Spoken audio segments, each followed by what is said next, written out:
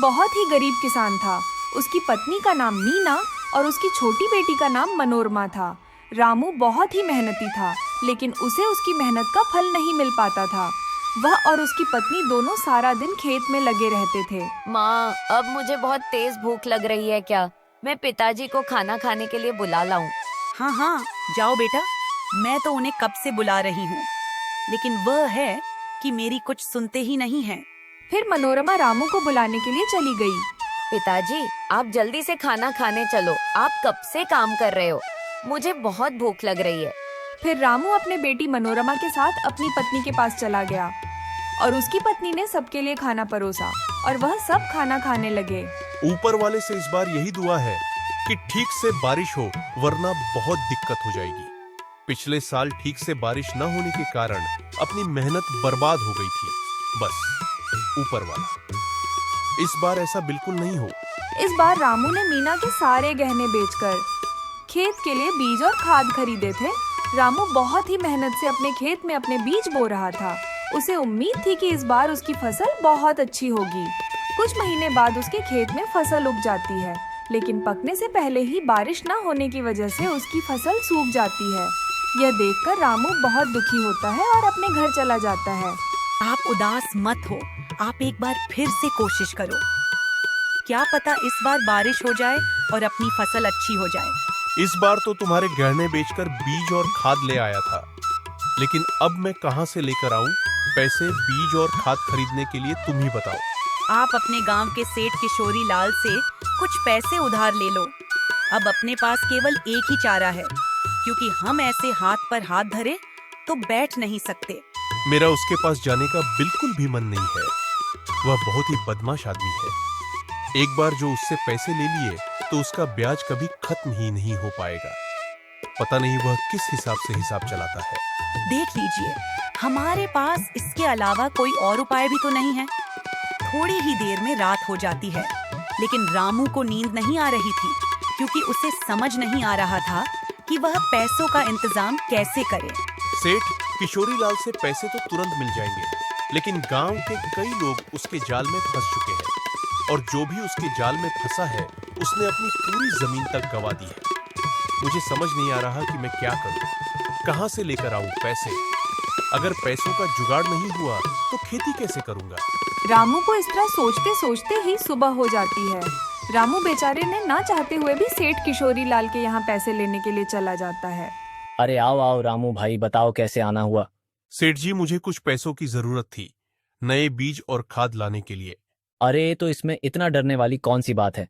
हम तो बैठे ही पैसे देने के लिए हैं। हम तो जरूरतमंद लोगों की सेवा ही करते हैं। पता है रामू, ये जीना भी क्या जीना है। अगर आप किसी की मदद ना करो तो मैं तो ऊपर वाले का शुक्रिया अदा करता हूँ। मुझ जैसे इंसान को ऊपर वाले ने तुम लोगों की सेवा करने के लिए चुना है। रामू को किशोरी लाल की बातें सुनकर बहुत गुस्सा आ रहा था, लेकिन वो इस समय चुपचाप खड़ा होकर उसकी बातें सुन रहा था, क्योंकि उसे पता था कि आई उसकी मदद वही कर सकता है। अरे रामू, क्या सोच रहे हो? बताओ तुम्हें कितने पैसे चाहिए, मैं तुम्हें अभी देता हूँ।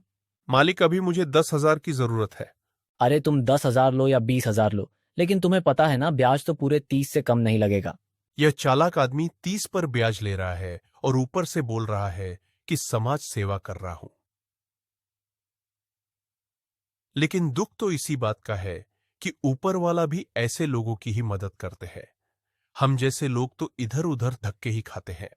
फिर रामू बीज और खाद लेकर अपने घर चला जाता है और अगले दिन सुबह होने पर रामू अपने खेत में बीज बो देता है और थोड़ी बारिश भी हो जाती है, जिससे रामू की फसल बहुत अच्छी तैयार हो जाती है। देख रही हो मीना, इस बार अपने खेत में कितनी अच्छी फसल हुई है, और इतनी अच्छी फसल होना ही एक किसान की जीत होती है, और ये सब कुछ तुम्हारी वजह से ही हो पाया है। अगर तुम मुझे हौसला नहीं देती तो आज अपने खेत में इतनी अच्छी फसल नहीं हो पाती, और तुमने भी अपने खेत में बहुत मेहनत की है। अब अपने जल्दी ही अच्छे दिन आने वाले हैं। यह तो बस ऊपर वाले की ही कृपा है कि इस बार अपनी ये सब बातें करके दोनों अपने घर चले जाते हैं। फिर उसी दिन रात को बारिश शुरू हो जाती है। पूरी रात बहुत तेज बारिश होती है। सुबह होने पर भी बारिश रुकने का नाम नहीं ले रही थी। मीना, ना जाने बारिश कब रुकेगी। पहले तो बारिश हो नहीं रही थी और अब हो रही है तो इतनी हो रही है कि कल रात से रुकने का नाम तक नहीं ले रही है। क्या पता मेरी फसल कैसी होगी। आप बिल्कुल भी चिंता मत कीजिए, देखना जल्दी ही बारिश रुक जाएगी, फिर आप जाकर अपने खेत की फसल को देख आना। मीना यह बोलकर रामू को दिलासा देने की कोशिश करती है, लेकिन उसे भी पता है कि अब तक उसकी फसल खराब हो चुकी होगी। फिर ऐसे ही 5 दिन तक बारिश रुकने का नाम नहीं लेती। 5 दिन बाद जब बारिश रुकती है तो रामू सुबह जल्दी ही अपने खेतों की ओर अपनी फसल को देखने के लिए निकल जाता है। रामू वहां जाकर अपनी फसल को बर्बाद देखकर रोने लगता है। ऊपर वाले, आप ये कैसा न्याय कर रहे हो? पहले तो एक बूंद बारिश नहीं हो रही थी और अब हुई तो 5 दिन बाद रुकी, जिससे हमारी सारी फसल खराब हो गई। अब मैं अपना कर्जा कैसे चुकाऊंगा? अगर सेठ किशोरी लाल को समय से पैसे नहीं दिया तो वह मेरा खेत भी हड़प लेगा। रामू वहां से रोता हुआ अपने घर आ रहा था कि तभी रास्ते में उसका एक्सीडेंट हो जाता है। सुनिए जी, आप बिल्कुल भी चिंता मत कीजिए, मैं हूं ना, मैं सब संभाल लूंगी। आप सिर्फ अपना ख्याल रखिए, आपका साथ होना भी मेरे लिए बहुत है। आप बस मेरा साथ मत छोड़ना।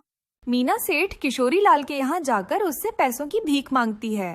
सेठ जी, मैं आपके पैसे चुका दूंगी, लेकिन अभी आप ही हैं जो मेरी मदद कर सकते हैं। मैं तुम्हें पैसे तो उधार नहीं दे सकता, लेकिन मेरे पास कुछ आलू पड़े हैं।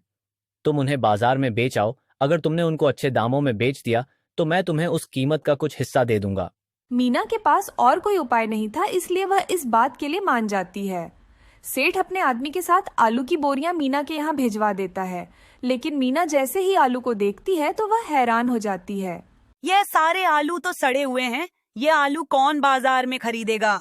अरे मीना, तुम्हारी समझ में इतना भी नहीं आया कि जब बारिश आने से हमारी फसल बर्बाद हुई है तो सेठ किशोरी लाल की फसल कैसे बच सकती है? सेठ बहुत चालू आदमी है, उसके सारे आलू खराब हो चुके थे, इसलिए उसने ये सारे आलू तुम्हें दे दिए ताकि वह हमारे ऊपर और कर्जा चढ़ा सके।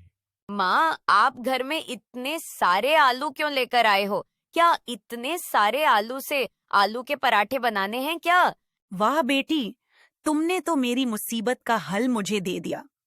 मैं इन आलू को बाजार में ऐसे नहीं बेच सकती, लेकिन अब इनमें से अच्छे आलू अलग निकालकर उनसे आलू के पराठे बनाकर बाजार में बेच सकती हूँ। फिर अगले ही दिन से मीना बाजार में आलू के पराठे बनाकर बेचने लगती है। कुछ ही दिनों में उस गांव में मीना के आलू के पराठे बहुत ही मशहूर हो जाते हैं। यह सब देखकर सेठ किशोरी लाल को बहुत जलन होती है। अरे, इस तरह तो यह मीना मेरा सारा कर्जा चुका देगी। मुझे क्या पता था कि सड़े हुए आलू को इस तरह भी इस्तेमाल कर सकती है, वरना मैं इसे ये आलू कभी नहीं देता। मीना, यह क्या कर रही हो तुम? ये आलू तो पूरी तरह सड़ चुके हैं। अगर तुम इनसे आलू के पराठे बनाओगी तो सबको पता चल जाएगा और हमारी गांव में बहुत बेइज्जती होगी। इस समय मुझे अपने परिवार के आगे कुछ भी नजर नहीं आ रहा। अगर हमें सेठ किशोरी लाल के कर्जे से बचना है तो हमें यह करना ही होगा। और मैंने इस मसाले ज्यादा डाले हैं तो किसी को पता भी नहीं चलेगा। लोगों को सिर्फ गर्म मसाले की ही खुशबू आएगी। ऐसे ही कुछ दिन बीत जाते हैं और मीना सेठ किशोरी लाल का सारा कर्ज चुका देती है। अभी तुम्हें मुझे 1000 और देने होंगे। किस बात के सेठ जी?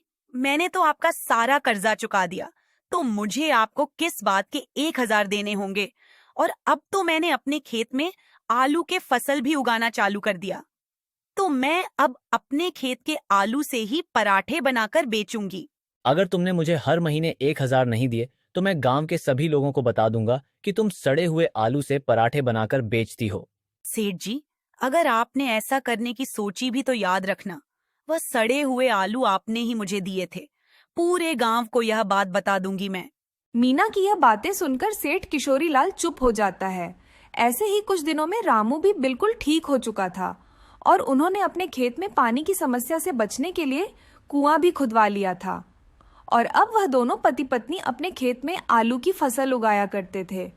रामू आलू को बाजार में बेचा करता था और जैसे ही आलू खराब होने लगते तो मीना उनसे आलू के पराठे बनाकर बेचा करती थी। कुछ दिनों बाद सेठ किशोरी लाल गांव के कुछ लोगों को बहला फुसलाकर रामू के यहाँ लेकर जाता है। गांव वालों, अब तुम सब इस मीना के घर की तलाशी लो और देखो कि सड़े हुए आलू से पराठे बनाकर बेचती है। अरे अरे, आप लोग ऐसे कैसे मेरे घर की तलाशी ले सकते हैं? ऐसे कैसे तलाशी ना ले, हम आलू के पराठे बेचकर इतनी तरक्की कर रही हो। जरा हम भी तो देखें तुम किस तरह के आलू इस्तेमाल कर रही हो। तुमने देखते ही देखते अपने खेत में कुआं खुदवा लिया, अपने बच्चे को शहर पढ़ने के लिए भी भेज दिया, और तुमने मेरा सारा कर्जा भी चुका दिया। फिर गांव का एक आदमी मीना के घर की तलाशी लेता है तो उसे अच्छे आलू ही मिलते हैं। अरे सेठ जी, आप बेकार में ही गांव की औरत को परेशान कर रहे हो। मीना बेचारी तो कितने ताजा और साफ आलू ही इस्तेमाल कर रही है आलू के पराठे बनाने में। सेठ जी, आप तो फालतू ही बेचारी को बदनाम कर रहे हो। गांव के आदमी को अपना पक्ष लेते देख मीना कहती है, गांव वालों, आप सबको तो पता ही है यह सेठ किशोरी लाल कैसा है। ये चाहता था कि मैं इसका कर्जा ना चुका पाऊं और यह मेरी जमीन हड़पना चाहता था, लेकिन मैंने ऐसा नहीं होने दिया। मैंने इसका सारा कर्ज चुका दिया, इसलिए यह ऐसा कर रहा है।